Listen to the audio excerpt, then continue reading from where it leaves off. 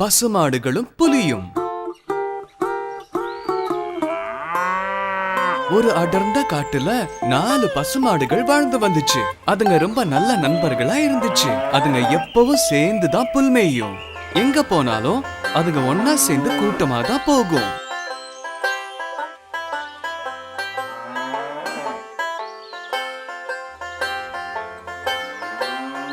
காட்டுல பலவிதமான வேட்டை மிருகங்களோட அவங்க இருந்தாலும் அவங்க 4 பேரும் ஒத்துமையா இருந்ததால யாராலையும் அவங்கள வேட்டையாட முடியல.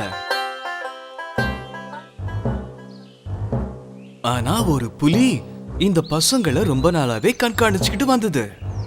எப்படியாவது இதுங்களை வேட்டையாடி சாப்பிடணும்னு அது நினைச்சுதான். பசுலாம் கொழு கொழுன்னு இருக்கு, இதுங்களை சாப்பிட்டா எப்படி இருக்கும்?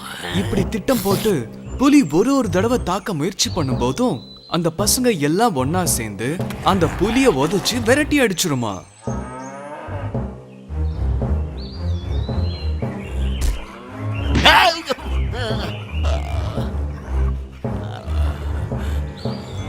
நாட்களும் கடந்து போச்சு.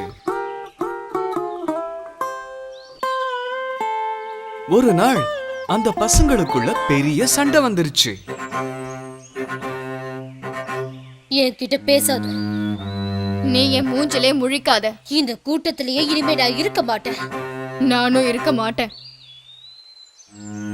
சண்டை வந்ததால ஒரு பசுவும் ஒரு திசைக்கு புல்மேய போச்சான்.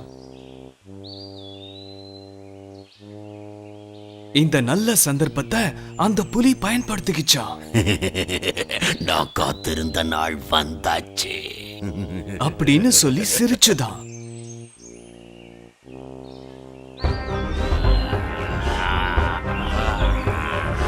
அதுக்கப்புறம் தனித்தனியா இருந்த பசுக்களை தாக்கி ஒவ்வொரு பசுவா வேட்டையாட ஆரம்பிச்சுதான்.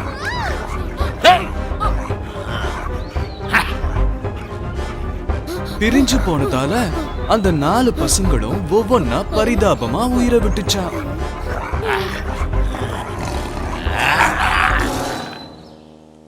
ஒற்றுமையே நம் பலம், பிரிவு நம் பலவீனம்.